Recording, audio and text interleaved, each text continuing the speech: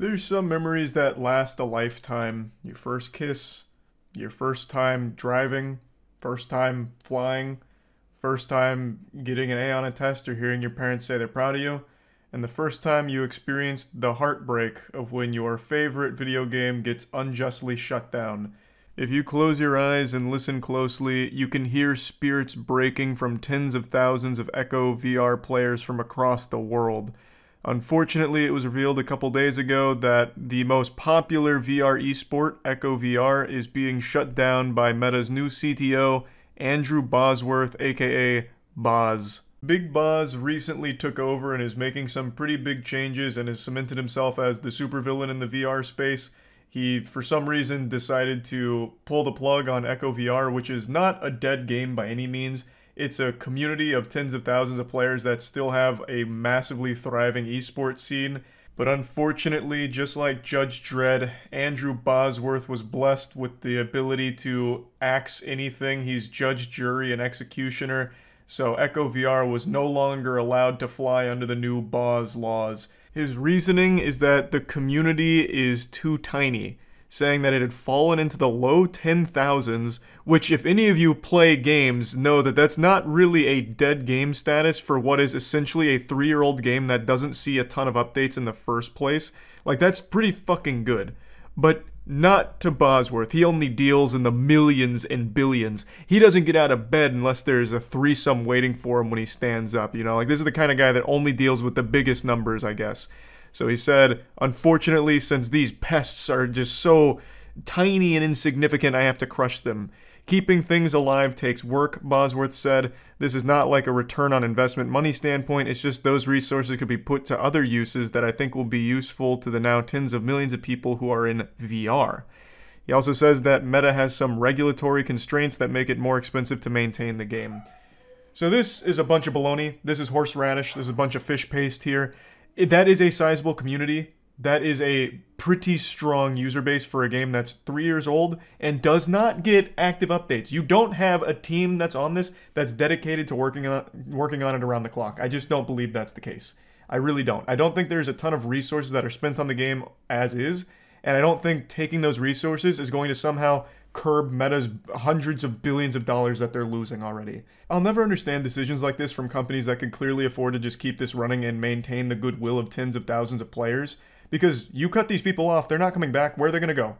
They're going to go to Horizon? No one goes to Horizon.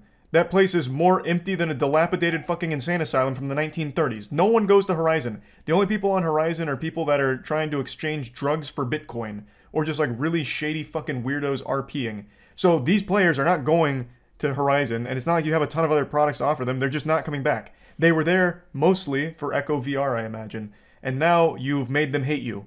So you've lost them.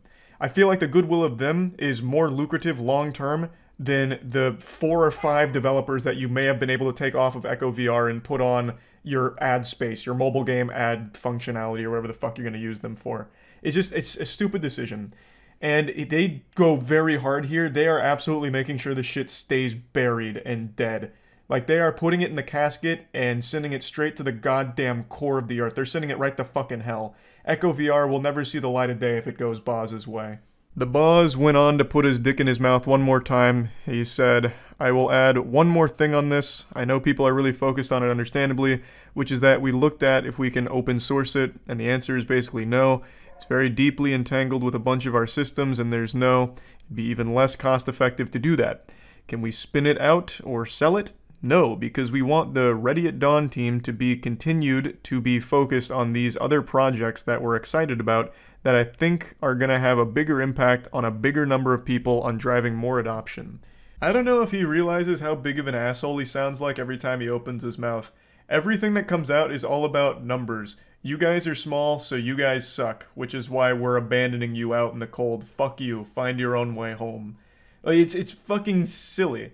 If the game was truly dead, like it was a really small community, then I'd understand it. Like, that makes sense, most people would understand it, but the game's doing, like, really well. They have, like, 3 other LAN events this year that have, like, $200,000 in pricing. Like, it's not a dead game. It's really not.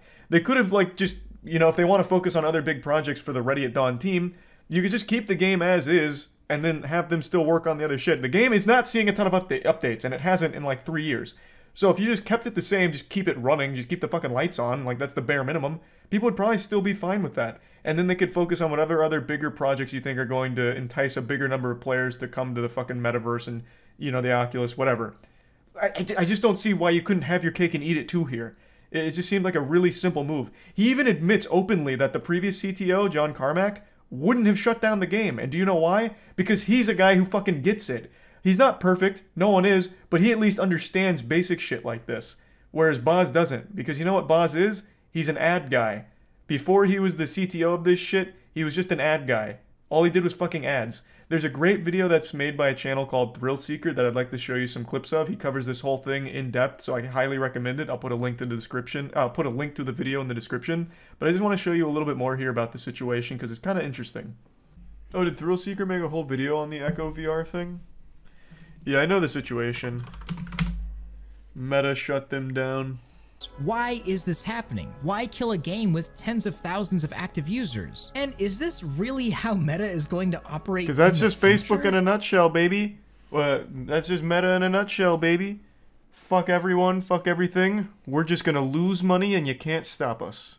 It's pretty easy to see exactly why. Swapping chief technology officers of a future technology company, even if Carmack wasn't full-time, is almost like a company brain transplant. On one hand, Carmack comes from a pretty... Which is one of the big problems that Halo Infinite faced, because they kept losing some upper-level, like, senior project leads. So every time they got replaced, the whole vision started to change, and everything kept getting muddier and muddier and muddier, and then you get the absolute fucking mess that Halo Infinite became. That's why making those kind of massive swaps in the middle of projects is always a fucking disaster. Bosworth, on the other hand, is cut from totally different cloth. He's been at Facebook since 2006, and he made his claim to fame within the company, making Facebook money as the vice president of ads. That's right. Hey, what a great fit for gaming. That sounds amazing. Let's take the vice president of ads and put him on the gaming space. That's just a seamless fit. Fuck yeah. That's the Boz, baby. Why the hell would he be put on the gaming space? What do you mean? Gaming is a multi-billion-dollar industry. Taking a guy who's all about just making money off like ads and shit, trying to monetize the gaming space, 100%. That's why they put him there. Plus, Meta lost like fucking, Jesus, what was it, like hundreds of billions of dollars or something in valuation over the last year? They're desperate. So they're gonna sick the Boz on the metaverse, on the gaming space. We had a gaming legend, and now we have the legend of advertisements in charge of VR. And as but look how cool he is, and sick as that is. So what happened here? It just dwindled. You know, the user base is small. It's loyal as all get out, but it's small. It's measured in, you know, the low 10,000s. Those resources could be put to other uses that I think will be useful to the now tens of millions of people who are in VR, and at some point you have to make those choices. So, the tens of millions of people in VR, I can assure you, are not in the metaverse. Brother, that place is barren and empty. That place is like every 16-year-old outcast's birthday party. There is nobody in there. So yeah, there is a lot of VR users these days, and I'll tell you where they're not. The fucking metaverse. They're on like Gorilla Tag and shit like that. Yeah, I know, him calling 10K small obviously just shows how delusional he is when it comes to like player-based numbers, because this is an ad space guy. 10,000 people is nothing to him. When he's working with like Facebook mobile ads and shit, that is barely a blip on the radar. That is a completely meaningless number to him. So he can't really separate that number in the ad space to the gaming space. Because a 10K, and I think it was, I imagine it was more than 10K. But even just a 10K user base on a multiplayer VR game is pretty fucking good. That's a strong community. But I do need to think about return on investment. And I'm not talking about money back to Meta. I'm not talking about trying to make money. That's good, because Meta doesn't make money. And you know who's not going to solve that problem? Goofball Boz. So I'm glad that's not on the priority list, because that shit is not happening. Talking about the return on the human capital, the people that could be doing something that's going to affect millions of people, but instead they're trying to keep something alive that affects 10,000s of people. I love how deeply it affected those people, but I just got to make those calls. It's part of my job. His job is legitimately to be hated. This guy has done nothing that people appreciate except for soulless corporate suits. This guy is a fucking chronic loser. He is an ad space guru. He pumps ads to kids on Facebook and now shuts down games that people like. This guy's entire position is to just be disliked. To be an unlikable heel. What a fate. What a fucking fate. Corpo slime. I mean, pretty fucking much, man. But beyond cosmetic paid DLC, the game hasn't really been updated at all since it came to the Quest 3 years ago. And half the game, I didn't know it was that old. In my opinion, the better half of the game, Echo Combat, just never came to the Quest at all. It's stuck on PC for no reason. And at this point, it's honestly impressive that Echo still has a community as large as it does at all. But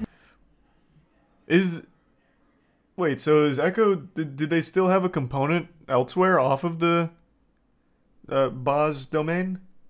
Oh, because they haven't taken it down yet. Oh, okay. I'm talking about when they take it down.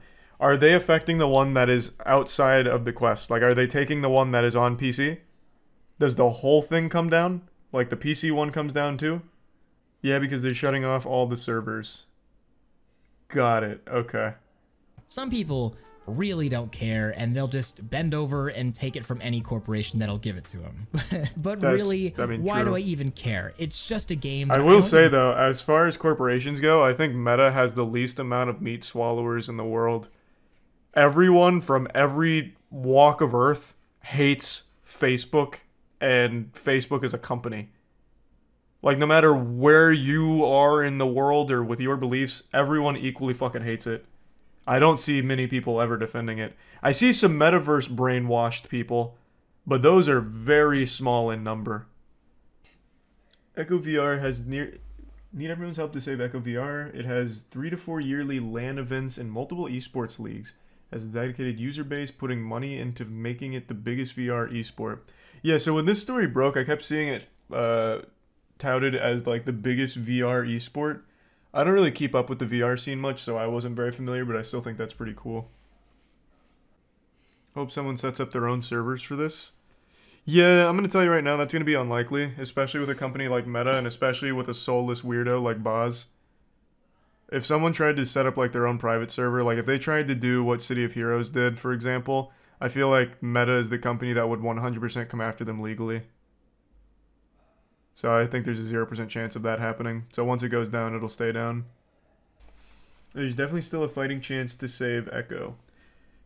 So does Thrillseeker do a call to action here? Because I don't really know how you save it beyond making a big stink online. And normally I'd say that does have a chance, but with Meta, I just don't think they give a fuck. I really don't. Someone out there has created a functional mod loader for Echo VR called the Vega mod loader. This has been used specifically in the past for professional Echo tournaments, mainly to change the server to play in a LAN environment. And those are kind of crazy setup here. Some other adjustments with the Vega patch. The community is going to eventually reverse engineer the servers, whether that takes months or years to do, which it could take years. They're going to do it. So if they're... Yeah, they absolutely can do it. Like they absolutely could do that, and what would happen is Meta would sue them. It'd be a cease and desist if they keep going. That is exactly what happened initially with City of Heroes, and they ended up running private servers in secrecy for like 8 years, which was in a very big legal gray area. What are you doing, Io? Why are you trying to eat the trash can? I really do hope that they don't do that, because there's absolutely no harm in having the private servers. It doesn't hurt Meta's bottom line. Or what are you doing? What is going on over there? It does nothing to Meta's bottom line. It does nothing to their company. It is completely a victimless thing to just have private servers of Echo VR persist. But these companies are fucking cutthroat, and I feel like Meta is definitely going to be one of the worst ones for it. And I gotta say, I am so excited to go work on some hardware videos now that aren't so loaded. But I also hope that you guys got to see a little bit behind what's going on at Meta right now. Hey, I got more reasons to hate Meta. They're just a company making VR stuff, love that. and they're doing a lot for the industry. Let me know what you thought below. Much love. Roll out. That was good. That was an extremely informative look at exactly what was going on. I had a baseline understanding of what was happening, but this was a lot deeper into it. So now I have an antagonist. To play with, thermal space to play. Boz. Have you ever heard of Andy Owen? Well, you're about to. I'm gonna drag you kicking and screaming in front of an Andy Owen original here with this big meltdown that she had on video where she made an absolute fool of herself. Now, Andy Owen is the head of Miller Knoll, which is the company most famous for their Herman Miller chairs. They're high-end chairs, and with the way people talk about them, I have to imagine that shit is made out of, like, unicorn hide or something. Like, it is actually fucking sewn with angel's tears. It must be so fucking comfortable with the way people rant about how amazing they are. I've never seen them, I've never tried them, so I don't really have a horse in that race on whether or not Herman Miller chairs are worth their price or whatever. But all I can tell you is Andy Owen is not worth her salary because she just embarrassed that whole company. In a nutshell, she had a video come out that surfaced where she was telling the employees that they need to stop worrying about not receiving company bonuses. They need to just do the work and everything's going to be all right. They need to focus instead on hitting their company's $26 million sales goal, and that's all that matters. Fuck bonuses, who cares? Meanwhile, she's getting a nearly like $4 million bonus herself. So the employee bonuses are kaput, but hers is still just fine. And her video is just so bad. And it was so bad, in fact, that she has already released an apology. In an email sent to employees, she said, "I want to be transparent and empathetic, and as I continue to reflect on this instance, I feel terrible that my rallying cry seemed insensitive. What I'd hoped would energize the team to meet a challenge we've met many times before landed in a way that I did not intend, and for that I am sorry. Nothing will lessen the power and strength of our collective team. My appreciation for each of you is huge, and I will continue to do everything I can to help us meet our shared goals. Thank you for your hard work, your grace, and for the commitment you show to one another and our company every single day." This is a big nothing burger. This is actual garbage. Like, as far as apologies go, this is about as insincere as it gets. This is corporate PR speak. It's not like she was giving a rallying cry. She literally just started vomiting, just diarrheaing out cliches and just worthless platitudes to her employees before getting visibly angry that her employees were upset about not getting a bonus. And then even told them to leave Pity City. So it's all stupid here. This apology is trash. The most important thing we can do right now is focus on the things that we can control. None of us could have predicted COVID. None of us could have predicted supply chain. None of us could have predicted bank failures. But what we can do is stay in front of our customers, provide the best customer service. Maybe I should really understand the situation beforehand. So this right now sounds like National Lampoon's Christmas Vacation with axing the bonuses last minute. After telling employees to leave Pity City over lack of bonuses. Damn. Actually dropped an unironic welcome to the wambulance. How about a side of French fries? Jesus Christ. CEO of the high-end furniture company is sparking backlash over video in which she exhorts employees to leave Pity City. After some asked about staying motivated in the absence of a company bonus, Andy Owen, whose company Miller Knoll sells the iconic Herman Miller Aeron chair, along with other upscale furniture, responded in a 1 minute 21 second clip. Okay, this is all about the clip. What's like the actual situation though? So it looks like she got a multi-million-dollar bonus and canceled all of the employees' bonuses. Okay. Is there any reasoning at all beforehand? Any like prerequisite lore I need to be familiar with? Doesn't seem like it. Also, Herman Miller chairs I know are like the holy grail of comfort for people.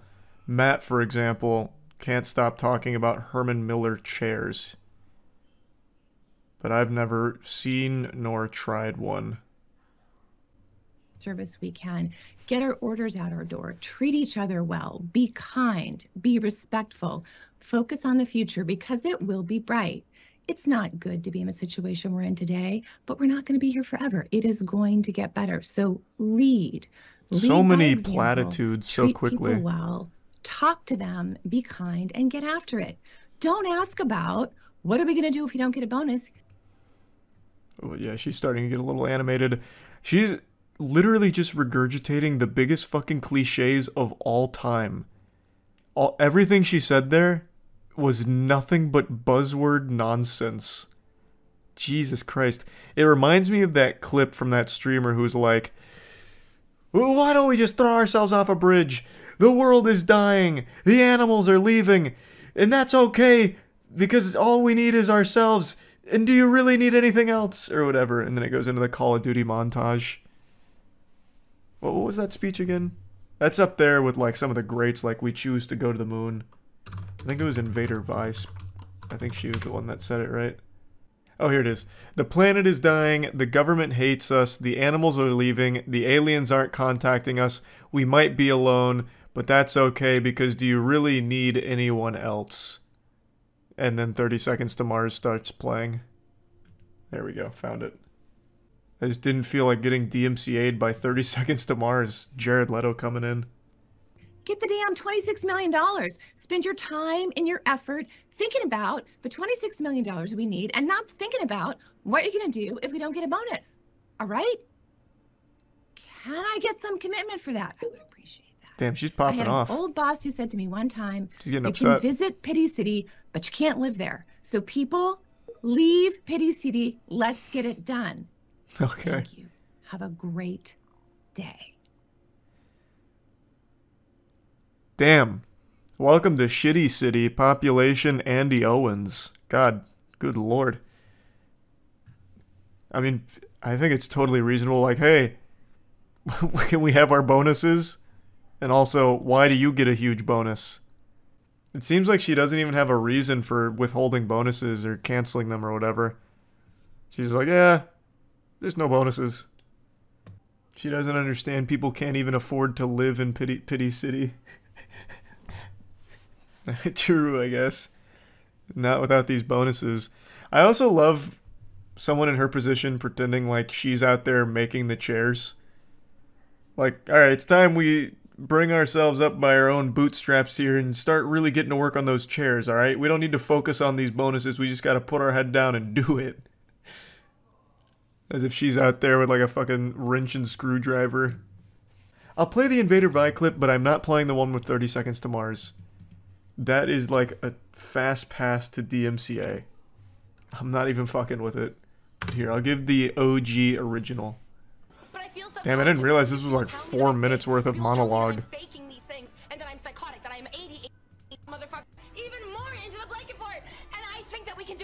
Jesus Christ. I don't know that I can't do it by myself because I come in here every single day covered in glitter, covered in sequins, covered in booty shorts, covered in nylons so that I do not violate the terms of service, so that each and every one of you can have oh my god. Oh my god. So you can have a good time listening to me, playing with me, singing with me, smiling with me. You guys, a lot from just throwing ourselves off a bridge. Here we go, here it is. What the fuck is stopping us from just throwing ourselves off a bridge and giving up and saying, yeah, the planet is dying. Yes. The government hates Preach. us. The animals are leaving. The aliens aren't contacting us. We might be alone. It just might be you and me. But that's okay, because do you really need anyone else? And then 30 Seconds to Mars. Damn, that's a crazy speech though. Holy shit, she was in the zone. That was a flow state. I've never seen it in its entirety. I've only seen that ending. But why did she say all that? I don't know, man. I still don't know where the animals were going. There's just a whole lot to unpack with that speech. One of life's greatest pleasures is a nice big I told you so moment, and today I get to wiggle my finger and celebrate one of these beautiful situations. However, I'll be honest, it's bittersweet because it's something I wanted to be wrong about. This is less of a celebration and more of just some sadness. It's about the whole Reddit situation. I've made 2 videos covering it, so I don't want to just keep vomiting and regurgitating the same points I've already made, but basically, Redditors were striking due to some changes Reddit made in terms of its pricing, which fundamentally shuts out third-party apps, which are very popular for Reddit. So in response, the community privated like 10,000 subreddits, which basically shut down Reddit for a whole day.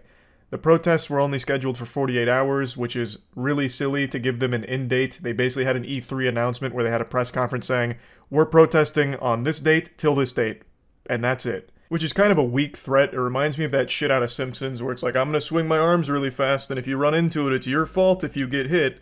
It's not a very powerful threat. It's not a ton of pressure on Reddit since they know when it's gonna stop. 2 days. So they just have to grit their teeth, bear it for 2 days, and then it's back to business as usual. And the Reddit CEO recognized that, pretty much just laughing in their face about it and spitting on them, saying like, yeah, we'll just wait 2 days. We're not changing anything. They are sticking to their guns. The Reddit CEO, Steve, has said that it's their business decision, and they're not going back on it. This is a picture of the Reddit CEO. I always like to bring up an image of him now because I just can't believe that he literally looks like the mental image anyone puts in their head when they hear the term Redditor. It's like he was created in a lab to embody Reddit as a whole. Like, it looks like he is the product of a million years of fine-tuned evolution to become a Redditor. So Steve Huffman just said, we're just going to wait it out. Some of the subreddits in response said, okay, fuck you then. We're going to stay offline forever until you change this. And now Steve Huffman has once again played hardball and did exactly as I speculated he might. Steve is threatening the Reddit mods that are protesting, but he's not threatening their life or anything like that. He's threatening something much more important than a Reddit mod's life: their power trip.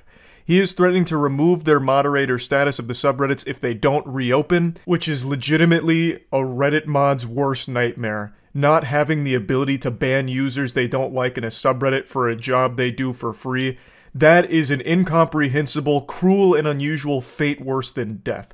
So Steve went straight for their throat. He knew what the most important thing to a Reddit mod was: that power trip. If a moderator team unanimously decides to stop moderating, we'll invite new active moderators to keep these spaces open and accessible to users. And I'm certain they still won't be paid for it. I don't know where he's going to find those moderators. I don't know if he's holding open auditions or tryouts to be a Reddit mod. But I guarantee you probably won't see a single goddamn penny if you get this position here. Because he doesn't need to pay the mods. For some reason, so many people flock to this position just for the passion of power. No matter how trivial it is, to just be the moderator, the fucking unpaid janitor of a subreddit, for some reason is enough for people. That they'll do anything to maintain it. And believe it or not, this threat completely worked. A ton of subreddits that were still closed yesterday are now reopened. Now, this is where the I told you so comes into play, because in the video I made on this a few days ago, I said this. So I am rooting for them here, but I am not expecting a huge change from Reddit here. I don't think they're going to go back on their decision. I think what's most likely to happen is the Reddit CEO will just install new Reddit mods and then force the subreddits to unprivate. He'll just go behind the scenes internally, flip the switch, have the subreddits go live again, get rid of the mods that were protesting, install, new mods that'll just be his little puppets that he can control, and that'll be how Reddit gets back on track. That's my theory, once again, purely speculation from a dumb idiot. Well, that idiot doesn't sound so dumb after all. Like when Isaac Newton discovered gravity, I discovered something everyone knew was going to happen. This wasn't a unique take, this wasn't a hot take. A lot of people were talking about this likely being the path Reddit goes down, and unfortunately they did. I was really rooting for the Redditors in this case here because I hate greedy corporations that pull shit like Reddit just did. Them getting away with that is infuriating, and I thought there was a chance this protest could lead to positive change. I was a bit skeptical, but I mean, on day one of the Reddit blackout, the whole site was, not functional. So they did do, legitimate damage to the site. So I thought there was a chance good change could come from this, but I didn't calculate just how important that moderator status was to Redditors. Like a moth to a flame.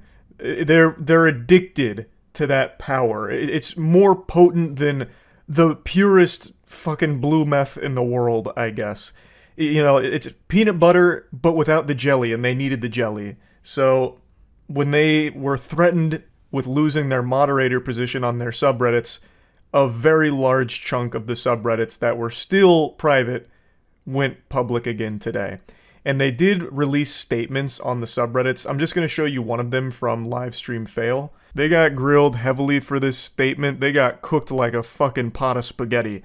They said, LSF is back. This was not our decision. Earlier, we received a threatening message from Reddit admins. It told us in no uncertain terms what would happen if we continue to keep the subreddit closed, and was also a clear attempt to turn moderators against each other if necessary. Multiple subreddits received this aggressive message, which I'm pretty sure all of the ones that were still protesting did. I don't know what they mean by turning moderators against each other.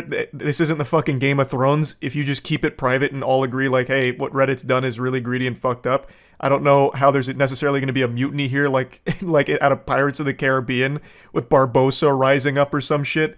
Like, I feel like all of you are on the same page for the protest, so I don't know how it would turn people against each other, but I don't know what the message said. So after much deliberation, we have decided to reopen the subreddit. Our current team is responsible for a number of custom tools and safeguards that make LSF easier to use and safer for everyone, and no incoming mod team would be able to access them. We have multiple tailor-made bots working on every post for moderation purposes and for quality of life features like automatic flares and clip mirrors. You would immediately see a difference if a new team was assigned to LSF, and we believe it would make the subreddit worse than ever.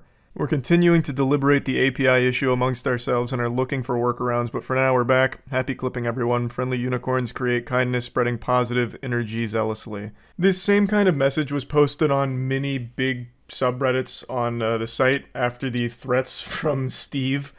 I think it's very embarrassing to read, because the way they talk about their subreddit makes it seem like it's their life's work. So the statement here about like how we've created these incredible innovative tools, like real fucking sci-fi shit, like automatic flares to make it safe and easy for everyone to use. Like we don't want to envision a world, we don't want to live in a dystopia where LSF doesn't have all of these incredible tools we made for it. So in order to keep LSF so pure and incredible, we were forced to reopen. Like, it's not some kind of inelastic good that people can't go without. It's just a fucking subreddit. It's just a place for people to go and post goofy clips or go to post drama or go to complain. Like, if it does end up being a worse place without this moderation team in there, people will just stop using it or go elsewhere, and that's not a big deal. Like, that's not the worst thing in the world, right?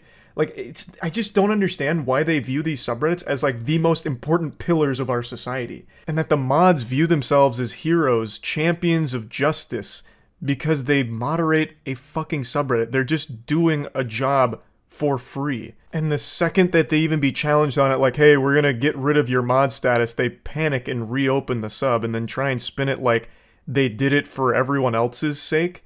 Like this was some kind of sacrifice they made. Like, no, these tools are so good you need them. So, you know, we're going to abandon our convictions and reopen the subreddit because they said we might not be mods anymore and they'll bring a new team in. I don't know, I just find it all very embarrassing to read. Like, the protest did work. Like, I do think you can mark it as a success. It accomplished exactly what it aimed to do on day one. The problem was, they weren't strong enough to stick with it. They just weren't. For some reason, these subreddit mods view their communities in a much bigger way than the world views them, if that makes sense. So when these things stay down for an extended period of time, I believe that these mods are under the impression that all of a sudden the world is a worse place for it. So, you know, they have to get it back up quickly so that way that people have a home to go back to and, you know, all of the information can still be easily accessible so that way the world keeps running, right? But if they had just stuck with it, I really think they could have put a lot of pressure on Reddit. Again, the site literally didn't even work on day one because of how successful this protest was. If you could have kept that intensity and that energy across a longer period of time, Reddit would really have no choice but to fold to you or make these threats, which you, as a community, a team, would be able to come together and be like, nope, we're still going to keep it down. And yeah, I'm sure there's always going to be some pathetic people that will do some unpaid Reddit volunteer work for free. But in that case, like the LSF team mentioned, it wouldn't have any of the tools that they were using. Thus, it would be a worse subreddit that people would leave. And with more people leaving, that's bad for Reddit. So you would still be accomplishing your protest goal. It's just, I don't know. They gave up with a single threat. And that threat wasn't even a scary one. It was, hey, you might not be a mod if you keep this behavior up, buddy. Like, who gives a fuck? Like, being a Reddit mod is like an insult at this point. They'd be doing you a favor. It's so comical. It is the most on-brand Reddit mod behavior. It's fucking crazy. The only thing you risk is your unpaid fucking hall monitor job on Reddit. Like, just take the ban in order to fight for what you're trying to say you believe in. Now, I know and understand that most normal users of Reddit do not give a fuck about the API changes. They don't care. But I do think everyone should care, because I don't think corporations should be able to keep getting away with making more and more greedy decisions that will ultimately make the normal user experience much worse. In this case, the API price changes force out all of the third-party apps that a lot of users were used to, and the third-party apps are better than the official Reddit app, so now you're going to have to settle for a worse service as a result of it. Forcing out third-party apps that are better than the official one is just straight up fucking wrong. And it's going to make your experience as a normal user worse. And these greedy policies are always going to come at a detriment to the normal user experience to the site as a whole. And I think that's something that a lot of people don't really recognize. They think that it's only like affecting Reddit mods, but it's the entire experience of using the platforms. And these greedy policies are only going to continue to spiral out of control. And in this case, there was a legitimate chance to put real pressure on the corporation itself to try and walk back one of these egregious, over-the-top greedy decisions. So I do think regular users should care, but I understand they don't, and you can't expect everyone to. But for the Reddit mods, they seem to understand the importance of the decision like this and fighting against it. But they didn't have any fucking backbone at all. All they needed to hear was that they might not be a mod and they fucking lose their mind. Like, holy shit. I guess I can't be surprised. Reddit mod has, like, that position has such a negative connotation around it, and clearly for good reason, I suppose. This is so sad to see a successful protest end this way. But, you know, whatever, I guess. Just wanted to talk about it to give you the update to the situation. That's about it. So, yeah. I don't know how many of you are following the drama in the pizza industry, but for those of you that aren't, I'll give you a brief overview. Papa John's is a massive pizza chain that I'm sure the majority of you are familiar with. You've probably eaten some of their grease before. You may like it, you may not. Better ingredients, better pizza, Papa John's, you know, that whole deal.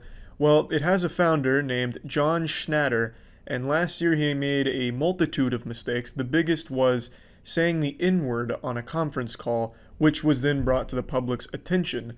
Well, as a result of the racism, the Shat Master was taken off the board and annihilated online.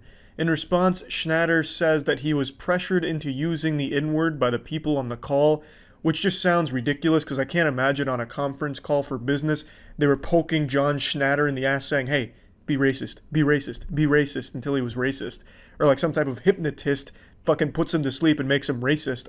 It was a ridiculous defense that he came up with. But anyway, fast forward till today, he's been pretty quiet on most things that I was able to see. And then he comes and does a bizarre interview about where he is now and talking about the day of reckoning. Sooner or later, the tape's going to come out in public and people are going to go, wow, that's what he said. And so that's what he said. And they're going, they made this out of that. They know what they did. They know it was a setup. John Schnatter looks like a Borderlands character. His fucking hair looks cel-shaded. He is the wettest human being I have ever seen. In every commercial, every interview, every picture, he just looks like he's sweating profusely. It's as if he's eaten so much pizza, his skin is starting to become the consistency of pizza, all greasy and shit. But anyway, his side of the story is he was set up by the people closest to him so that way they could take more of the company and take it away from him, which makes a lot more sense than his original defense of the aliens forced him to be racist.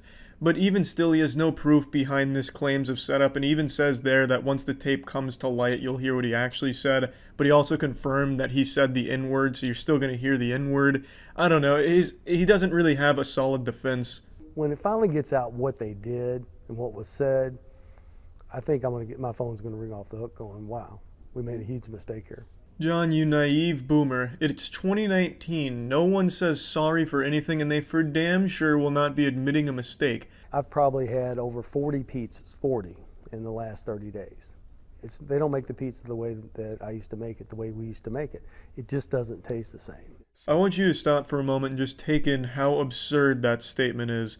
That's like one of those SAT math problems that you know could never possibly exist. That shit like, Sally has 10,000 apples and Julie wants half of those in her fridge. What do? Use the algorithmic Pythagorean theorem.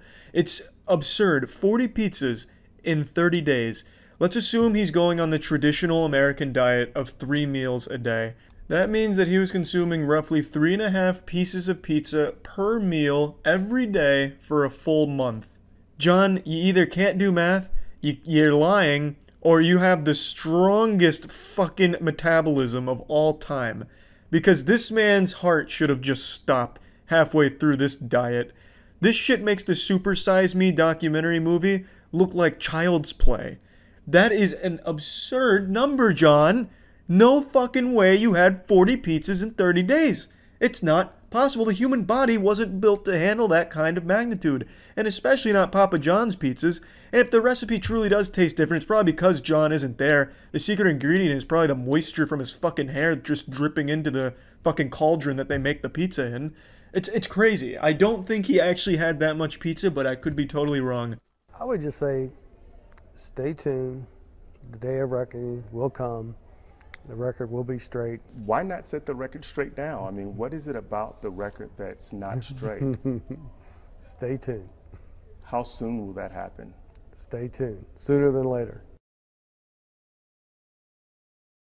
It's like a badly done Joker monologue. It comes across very weird. It sounds like he's calling himself the Antichrist even, you know, the Day of Reckoning and then this weird giggling stuff. I don't know. It's a very weird interview. Now, growing up, Papa John's was like the only pizza that I actually liked, and even to this day, it's still my favorite pizza. I'm not a huge fan of most pizzas. I can already hear the comment section going off. You never tried New York pizza, have you, Charlie? What the fuck? Yeah, you like Papa John's? That's ridiculous. Oh my God. I just don't like it. I've had a lot of New York pizza when I was in New York. I'm not a huge fan. You know, we have to accept people are going to like different things. I liked Papa John's. I still like Papa John's. It doesn't taste very different to me today. I don't know what John's tasting. Maybe when he eats it now, he tastes a little bit of hate in there. And that's totally understandable, because if I got fired from my massive multi-million-dollar pizza chain, I would never want to eat that pizza again. Anytime I take a bite of that pizza, it tastes like asshole. So I get why he thinks it tastes different, but it really doesn't. It's probably exactly the same. But anyway, growing up, my dad used to tell me stories about John, because John used to do business in the area my dad was in, and he was so confident in his pizza and really wanted it to succeed, he used to drive around in his car and pass out free boxes of pizza to everyone in my dad's area. So I always had a very positive impression of John, just from the stories my dad used to tell about him. He was apparently a great guy around the area. And even in this interview, he talks about some of the community outreach shit he does. I don't know what the fuck has happened. His reputation has certainly been tainted. Maybe he is truly innocent, which seems unlikely in this case, but I guess you never really know. But man, he's made some big old fuck-ups, and that's for goddamn sure. But anyway, I just wanted to talk about this bizarre interview that he came out of nowhere to do. I'm excited to see the next developments in this pizza soap opera. That's it. See ya. Have you seen the Scentbird CEO? She does a podcast with her eyes closed to talk to spirits and said Hitler wasn't bad. What? The Scentbird CEO does this. Wait. I know Scentbird. Yeah, wait, you're right. The Scentbird CEO claims to be a spiritual medium. Or, sorry, not a spiritual medium, a spiritual guru. The co-founder of the Netflix for Fragrance, Mariah Nuraslamova, has been moonlighting as a spiritual influencer. Comments on extraterrestrials, The Matrix, and Hitler have recently attracted negative attention. Your teeth are not randomly crooked, there is a spiritual meaning. Every little aspect of the tooth is a map, right? This sounds beautifully unhinged. You see they found a cave on the moon? Oh, we got moon troglodytes now? That's pretty cool. This is I can't find the clips anywhere else right now, so right now, completely reliant on the YouTubers here to bless me with this info. I want to see these readings. Version of the Matrix will be the default one. The 5th version of the Matrix is actively being incubated, and according to Maria, it's showing really good signs and is looking promising. Now there is a new version of the Matrix that's being currently incubated. The 5th version of the Matrix. Matrix and, 5? That one is showing signs of really good promise, so... Maria mentions having a direct... Wait a minute, I need to go to our website. There's a Matrix 5 dropping? This is Maria.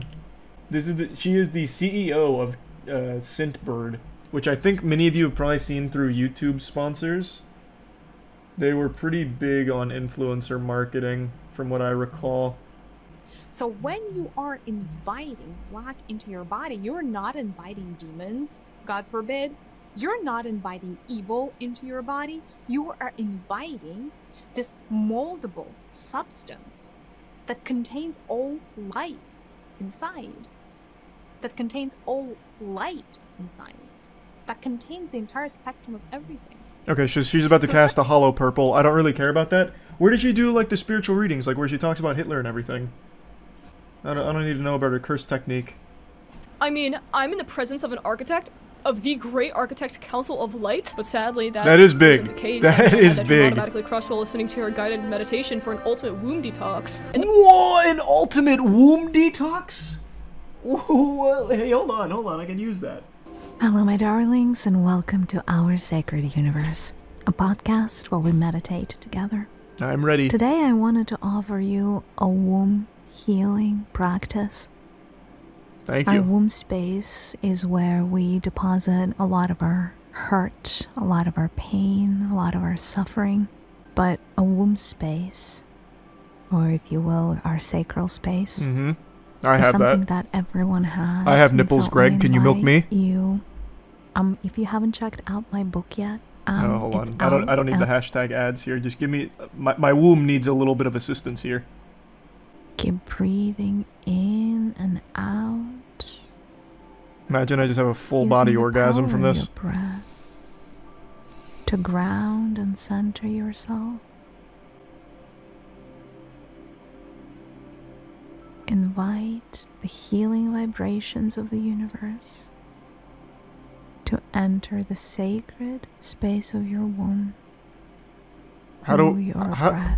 See, like, we skip a step. How do I invite the healing vibrations of the universe to fuck my womb or whatever? Like, what do I do? Like, how do I send out the distress signal? That's where these guided meditations always fall apart for me. Like, they make it sound like it's so easy that I can just call upon healing vibrations. Like, I'm not a shaman. Like, can you call it for me? Thanks for membership, Oz. Book a reservation. Yeah, what availability do the healing vibrations have in the universe? I imagine they're probably pretty booked up. Why are you detoxing your womb? It sounded helpful. If you're just tuning in, to give you context, this individual, Maria, is the CEO of Scentbird, which is actually a pretty big company, or at least it was. I don't know if it still is. And according to Chatter, the Scentbird CEO has found herself into some controversy because of this line of work, where apparently she was saying that Hitler wasn't bad through her spiritual guru sessions, and I'm trying to locate that, but I'm getting all, like, sidetracked here, going through these alternate branching paths in the visual novel. So I'm still looking for that, but it's such an interesting tangent. Big thanks to OperaGX for sponsoring this video. OperaGX is the browser you see me use every single night on stream. It's just my go-to browser, and it has so many features that I just really have come to know and love. Obviously, the one that I always preach about, because it's the one I'm most enthusiastic about, is the fact that OperaGX is not a resource hog like Chrome and other browsers. It is so lightweight but so powerful, and the GX mods that it offers are super fun, so you can really customize it to make it feel like your own and make it feel super unique.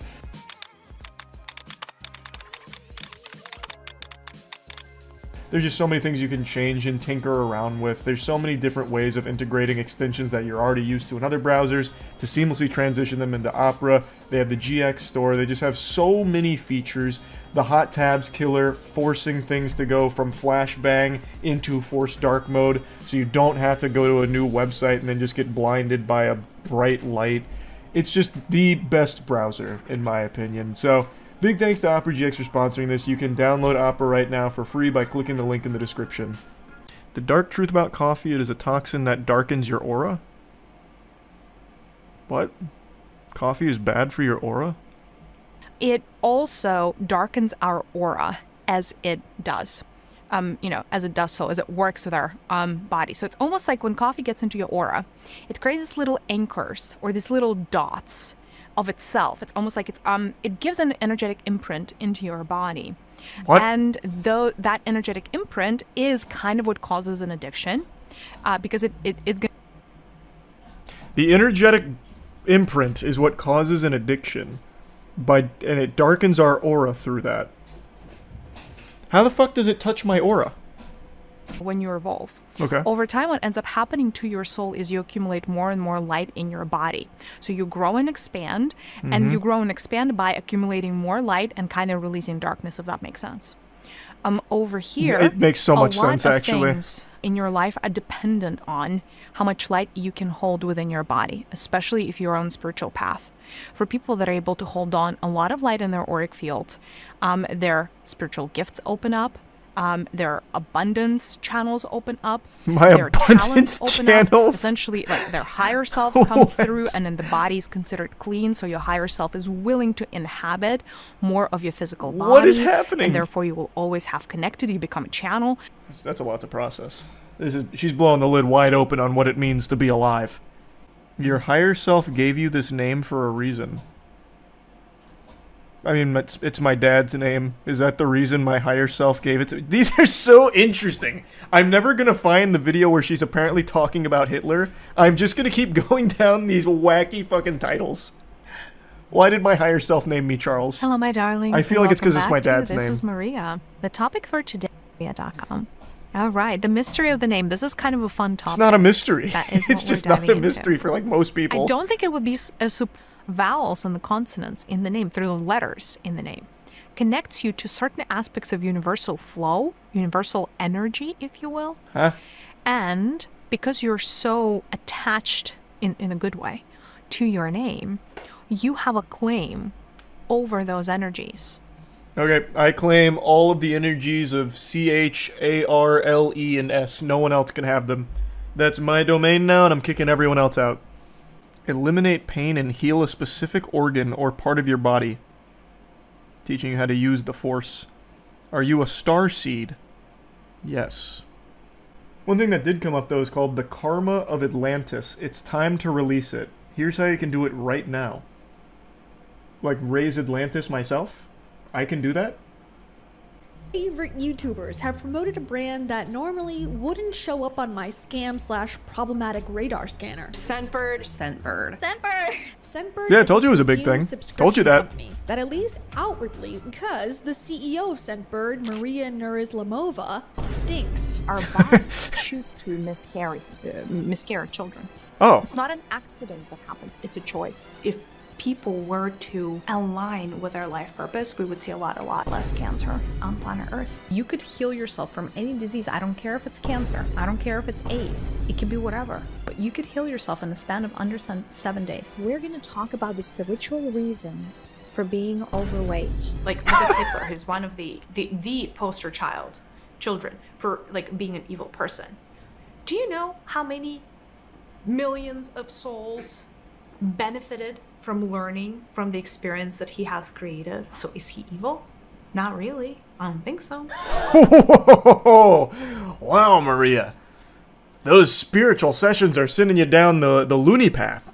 A lot of hidden agendas by the powers that be. And those hidden agendas remain hidden because there is not enough heart space energy in humanity to be able to bring them to light. The heart energy is always the energy of light. The heart energy is always the energy that essentially you emanate your energy from the heart. The heart is one of those energies that if your heart is activated internally, you can heal your whole body in a matter. I will say, if your heart isn't activated, you're probably not watching this video in the first place. You are dead. Most likely. Bearing some like very fringe cases. That is the power of the heart. It changes your internal ecosystem and it changes your external ecosystem. It just does. It is meant to. It is. Well, who knew? Who knew? It's like breathing techniques from Demon Slayer, but for your heart. It can do anything. It's just like a bunch of gobbledygook. It's like, there's nothing that binds these statements together. It's just like a random assortment of words that have no real meaning. This is the problem when I'm looking through pages like this. I get so distracted by so many cool titles. She has one here called Babies Control How Long Their Birth Is. Like, this is unhinged. God damn it. That's why certain births take so long, is in the state of resistance. If the baby's in a state of fear, if the baby doesn't want to access their masculine energies, the birth process is going to take longer. That's why someone... Wait, what? The baby doesn't want to tap into its masculine energies, so it doesn't want to be birthed? What the fuck? The baby comes out like scoops of, like, creatine. What in the world? Shit's not even born in amniotic fluid, it's just like a bunch of, like, trin. What is this? What is she talking about? This isn't even spiritual. I have a hard time answering the question about evil because there is such a big gap between how humanity perceives good versus evil and how, you know, even beings in the seventh dimension perceive. The seventh dimension? Who's in the seventh dimension? The higher self perceives. Glorbus? Like, who are you communicating with in the seventh fucking dimension? Stepping back. Let's say your higher self wants to understand murder. Should be easy it's just to understand. A fascinating subject for your higher self. Okay. If it wants to understand murder, Jesus Christ. Angle. So your higher self may choose to come as a victim, as the mother of the victim, as the father of the victim. Why? As the teacher of the victim. Why would it want to? So, based on what I've gathered, very limited exposure to her spiritual guru benevolence, it seems like she believes you are the product of your higher self wanting to be experimental. So when something bad happens, it's because your higher self is trying to learn about it. So here, she's using murder as an example. So if you are someone who gets murdered or associated with the victim of a murder, it's because your higher self wanted to be in that position. It was all predestined because your higher self wanted to be present for it, to learn about it. Which is the dumbest idea ever. That's actually the stupidest fucking idea. And by the way, like, look at Hitler. He's one of the poster children for, like, being an evil person. Do you know how many millions of souls benefited from learning from the experience that he has created? So the here, world serpent has awakened. You know, like tier look one hell at and Goldie. A character like him and be like, oh, he's completely evil. And upstairs, his experience was the greatest, one of the greater, you know, sources of knowledge of, you know, of 3D planet Earth warfare. 3D planet Earth warfare. And that is benefiting what? So many different souls on their. This is a very interesting take, Maria. So there's a lot to unpack there, Maria. There's a lot to process. The healing vibrations of the universe have not been kind to her frontal lobe. Wow, that's interesting. That's very interesting. Evolutionary path. So is he evil? Not really. I don't think so. So interesting. So just it means that some higher selves choose to take this path, and it seems like it's maybe a bit less desirable than other ones because we don't have that many murderers and mass murderers especially, right? But they still choose to do so for their own development. Like, well, do you want me to give you an even better example? Yeah. That was an incredible example, Maria. Maria. Playing World of Warcraft is evil because you're killing things. Like in a computer game, yeah. People don't think it's evil. Yes. I know. Same logic. It's a computer game from higher self level. Like, fine. Like, I don't know. Any of those. Same logic. Yeah, killing goblins in World of Warcraft is the same as Hitler for the Holocaust. You hypocrites. What an interesting character she is. Her higher self has very much done her a great justice. Her enlightenment is astounding. She's trolling. I don't know. She has a whole career based out of this, and apparently you can even pay for these sessions privately. But her main hustle is Scentbird, which, again, is a pretty popular product, or at least it was for a little while. She's the CEO of it. Or at least was. RPG games, I think RPG is what they're called, right? Like, where you, like, go and, like, murder, you know, all kinds of beings. They're not beings. Sunday, they're with pixels. All kinds of weapons, and you're like, I need this strength, and I need this skill, and let me have this gun, and I want a bigger gun, and even more bullets, and blah, blah, blah. I mean, you go in, you may have murdered 1,000 beings. They're not beings. They're not real. And then you go on your merry way, and nobody's pointing a finger at you at work and being like, this is a mass murderer. But how is that any different? So that's what I'm saying. That's so like, good. What we perceive as oh evil my god. is not the same experience. Now, you as an avatar, right? You as a person who chooses to play a game, you choose what game you want to play, right? Like, you may go and play Candy Crush. You may go. She's so fascinating. Like she's dangerously stupid. Like, actually stupid to a level where it could be harmful to people around her. Like, there's nothing wrong with being, like, harmlessly dumb, but when you start to cross the threshold, the event horizon that she's to the point where, like, she is actually probably a threat to the safety of those around her. Yeah, like, even her co-host is laughing at that. Alright, we don't have to continue down this rabbit hole. I'll stop. This kind of shit, though, is always just so interesting to me. The co-host is her husband, who is also co-founder and CPO of Scentbird. That must be a great relationship. Honey, I'm gonna have a cup of coffee. And Maria comes out, no! Slaps the coffee mug out of his hands. It's gonna darken your aura! Remember what happened when you killed that level 6 thug in World of Warcraft? You're just like Hitler! I make a lot of predictions. 9 times out of 10, they're wrong. Not proud of that, wish I was better at it, but, you know, I'm no Baba Vanga. Because if I was, I'd have every prediction be wrong. So, I'll take the occasional victory. And one thing that I predicted and have been proven right about time and time again over the years is that once you reach a certain level of status in any given industry, it is impossible to fail.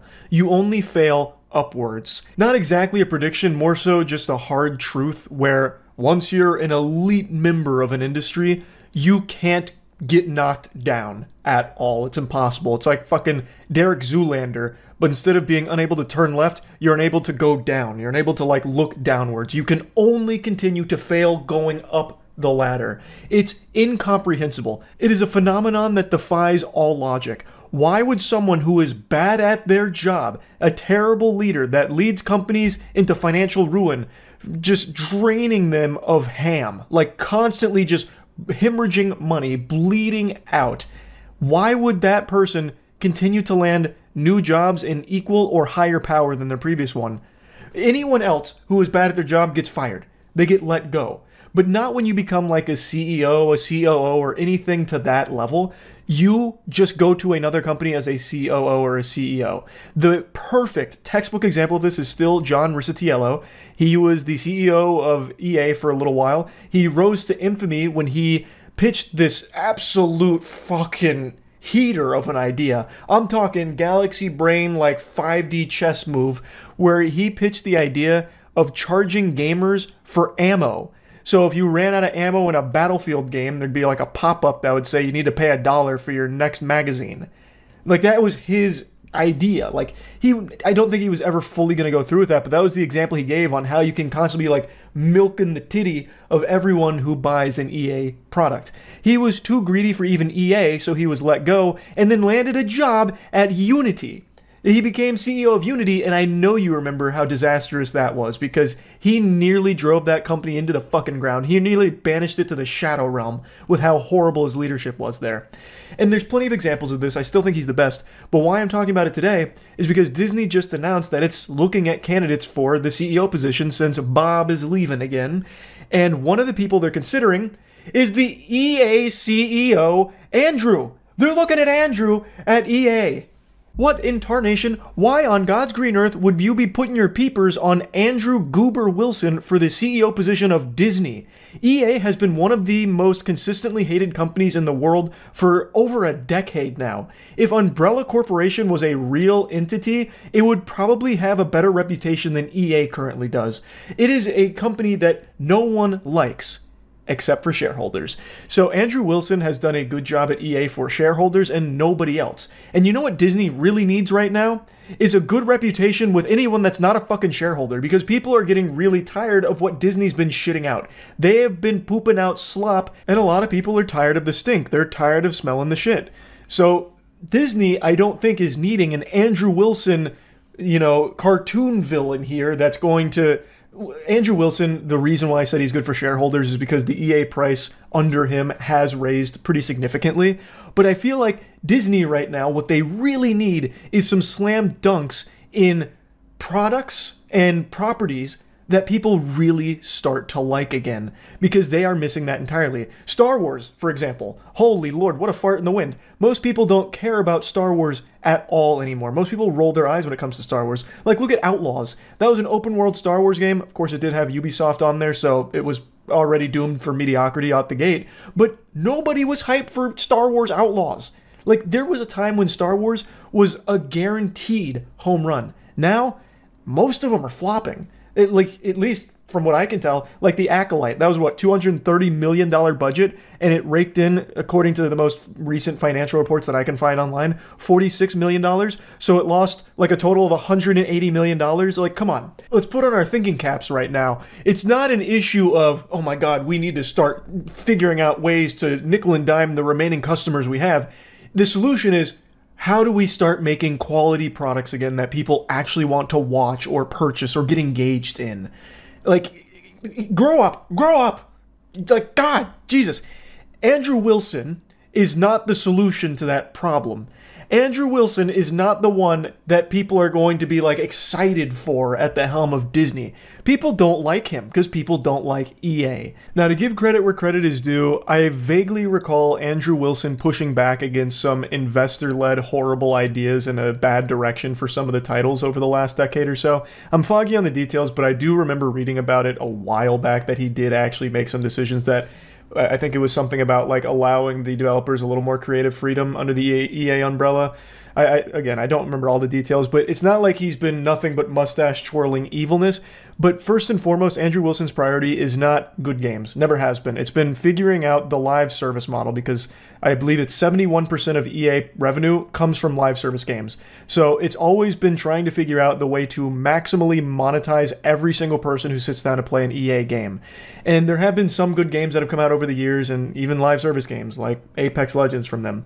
But overall, and Apex Legends is unfortunately getting run into the ground in recent times, but overall, Andrew Wilson is not a CEO that I think anyone thinks of and looks at as someone who actually cares about delivering quality products. It's about delivering big returns to the investors first and foremost, and that's about it. And I feel like in Disney's current state, they need someone that actually wants to start pushing them forward into good shit again, instead of just the same recycled formulaic garbage that they've been doing for the last, I don't know how many years, but they've just been on autopilot for a little while, going through the motions, and now it seems like, you know, it's getting to that point where something's got to give. Like, they've got to start changing something, and they're looking at someone like Andrew Wilson to maybe be the leadership to do it. I don't think he is. I really don't. And in all fairness, this isn't really an example of someone failing upwards. I mean, he definitely failed in making EA a company that anybody respects. Like, EA is constantly spit on, but he hasn't failed in a financial sense or failed to the same degree as other CEOs like John Rizzitiello. So it's not failing upwards per se in this case, but it is still just weird to me how he'd even be considered for this position.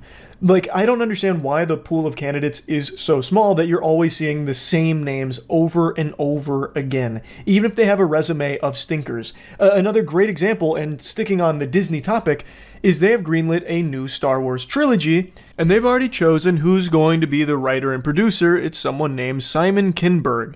And if that name rings any bells, it's because you probably still have trauma from his extraordinarily embarrassing pile of garbage that many consider to be one of the worst comic book movies ever made, Dark Phoenix, where he was the writer, producer, and director. Going through his entire catalog here, where he's only directed a couple of films, but he's been a writer and producer for a long time, it's more misses than hits.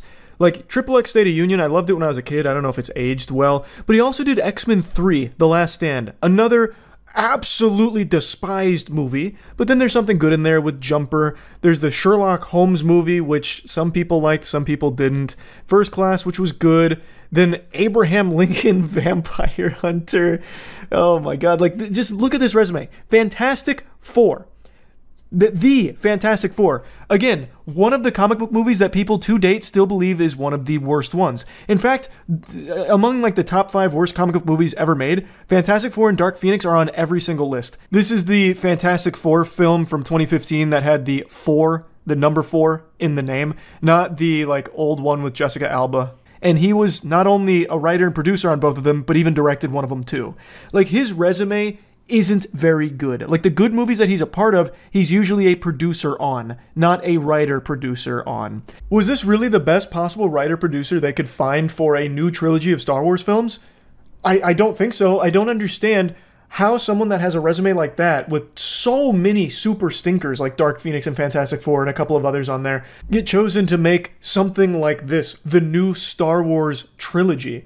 Like, it's not like those movies that he'd written and produced were just received terribly by the audience. They were turbo box office bombs that lost the studios millions upon millions of dollars. Now, I do understand that he helped co-create Star Wars Rebels, which does have a positive reception from what I can tell. I've never watched Rebels, but I do know the name.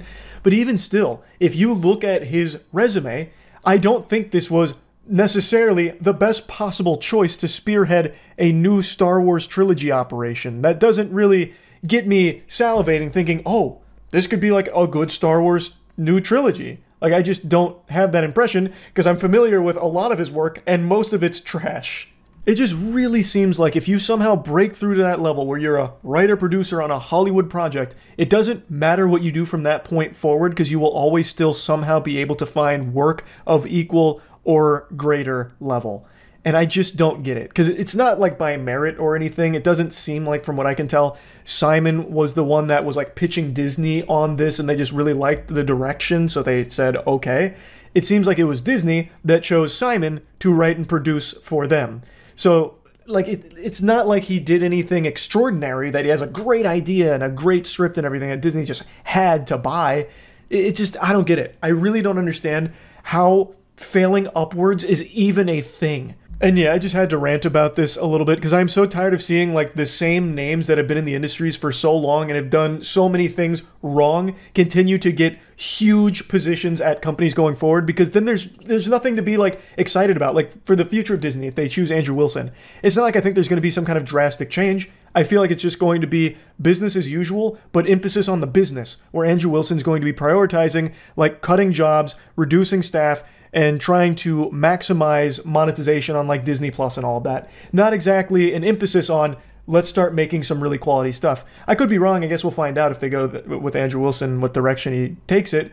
But it's someone whose work I am familiar with, and that is what he is known for. He is the shareholders' hero, but the gamer's pariah, because nobody likes EA. It has a terrible reputation.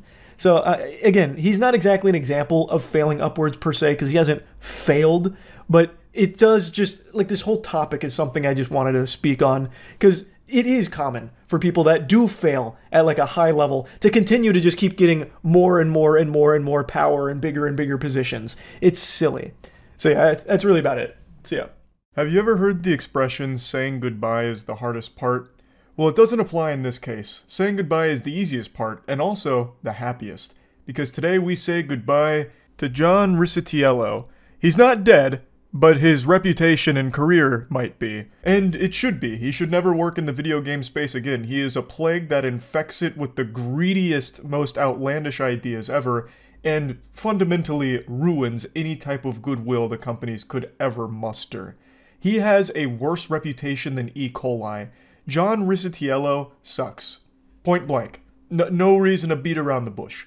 I made a video talking about the Unity situation a couple weeks ago. I never gave the update in a separate video, but I'll just go ahead and give it now. I've talked about it on stream. Basically, the big drama that led to all this is Unity published some changes to how they're going to be doing business going forward. Is extremely fucking greedy, extremely ridiculous. There was a ton of backlash, and a lot of developers were making the switch to competing game engines and just abandoning Unity because they could no longer trust them, obviously. So, Unity did what the electric slide taught them to do. One hop this time and take it back now. So, they walked back most of their changes and put forth a more reasonable proposal, a more reasonable policy change, where it would no longer be retroactively enforced, meaning any games that were made with the Unity engine prior to this new agreement are not subject to the new terms, the way it should be and should always be, as well as increasing the threshold that you'd need to reach to be subject to the changes and the fees and all that. Basically, they made a much more reasonable change. However, I don't think that exonerates them of the crime of cringe and greed. That was still an unforgivable sin that most people are still sore about because they did that out of nowhere and had no problems doing it either. No hesitation. They just dropped that shit and said, toodles.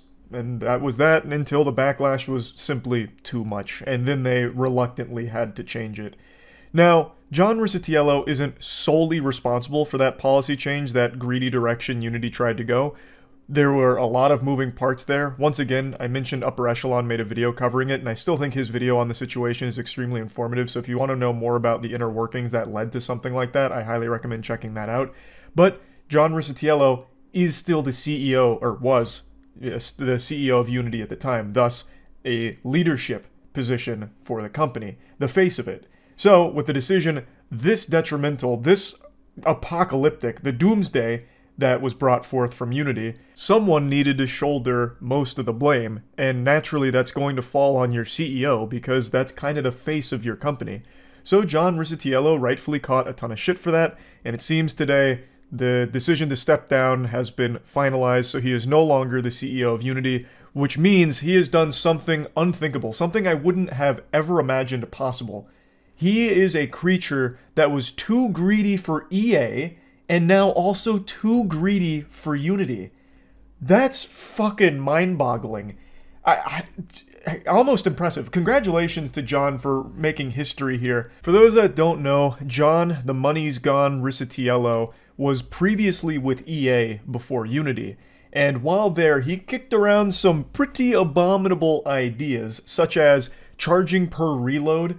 His example was, you know, we need to strike while the iron's hot, and when someone's in the middle of a game and they're shooting against an enemy, they run out of bullets and they need to reload, we charge them $1 for that reload, and they won't be price sensitive at that point because they're going to want to finish off the kill. I'm paraphrasing it, but I'm boiling down the point in a nutshell. Fucking charging per reload, he was listing as a gold standard example of great microtransactions. He also famously called developers fucking idiots if they didn't focus on microtransactions in their games.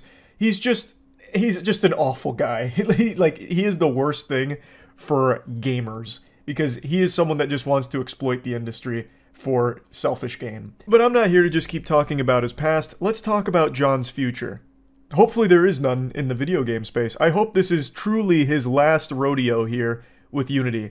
Why would you hire someone that keeps failing? His greed is insatiable and it fucking sinks companies. Well, it doesn't sink them, like Unity and EA haven't gone anywhere, but it ruins reputations.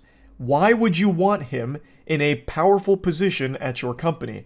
It's incomprehensible, but I already know he keeps failing upwards. He shouldn't have been working in the video game space after his bout with EA. He should have never even made it to Unity, but he did. So, I have a sneaking suspicion John will continue to fail upwards, and he'll probably land a CEO position at fucking Ubisoft next. Like, he will likely be in another position in the video game space and finding more and more creative, degenerate ways to squeeze money out of the consumers, and that's just the cycle's going to continue. That's my prediction, but I hope I'm wrong.